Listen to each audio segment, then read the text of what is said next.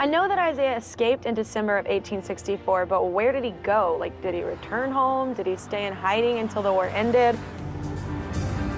To find out, Kelly is heading back to Atlanta to see what new information Tim Orr has been able to turn up.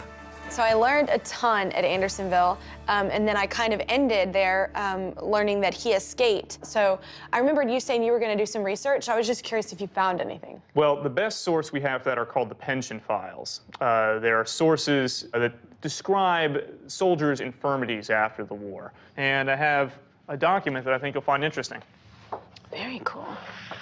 Declaration for an Invalid Pension.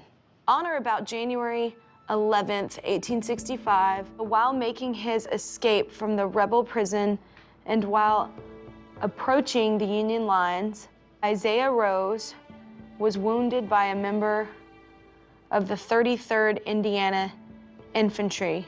Oh my God, he's shot? So it would seem. Who mistook him for a rebel soldier or scout. He was shot by his own. That sucks. And then trying to get back. That is horrible. That is a spot of bad luck.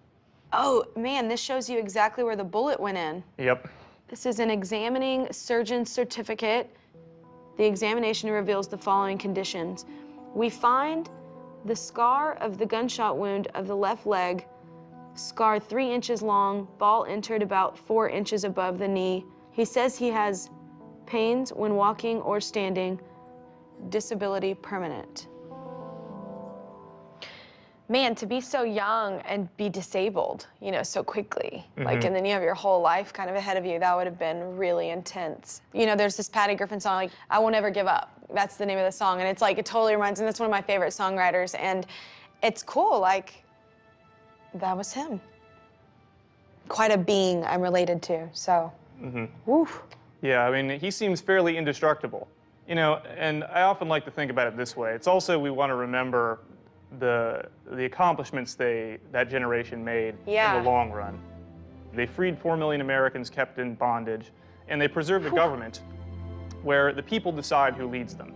And, you know, the fact that that government still stands today, where you and I can participate in it, is an incredible legacy.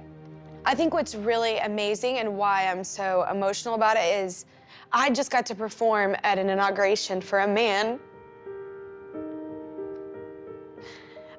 that would have never been able to be president if it weren't for, you know, the sacrifice of my, you know, 3 times great-grandfather.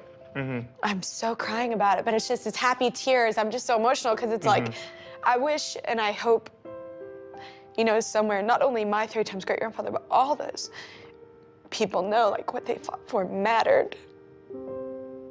I think if he were alive today, Isaiah Rose would be quite proud of his great-great-great-granddaughter.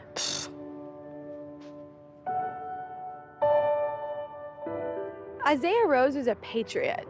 From '61, when he first volunteered, whenever Lincoln called for volunteers, he did it. He stayed in the war the entire time. He mustered out in, you know, '65 and mustered out a hero. You know, he survived so much and helped keep these United States. I'm definitely starting to feel the connection and feel like I am, you know, Isaiah Rose's 3 times great-granddaughter because, you know, I'm still a patriot in my own sense. Like, I still feel like I know what is right and what is wrong in my heart, and I go for it regardless. And that had to have come from a long line, you know, of people that believe like that. I'm just really grateful that that's my past.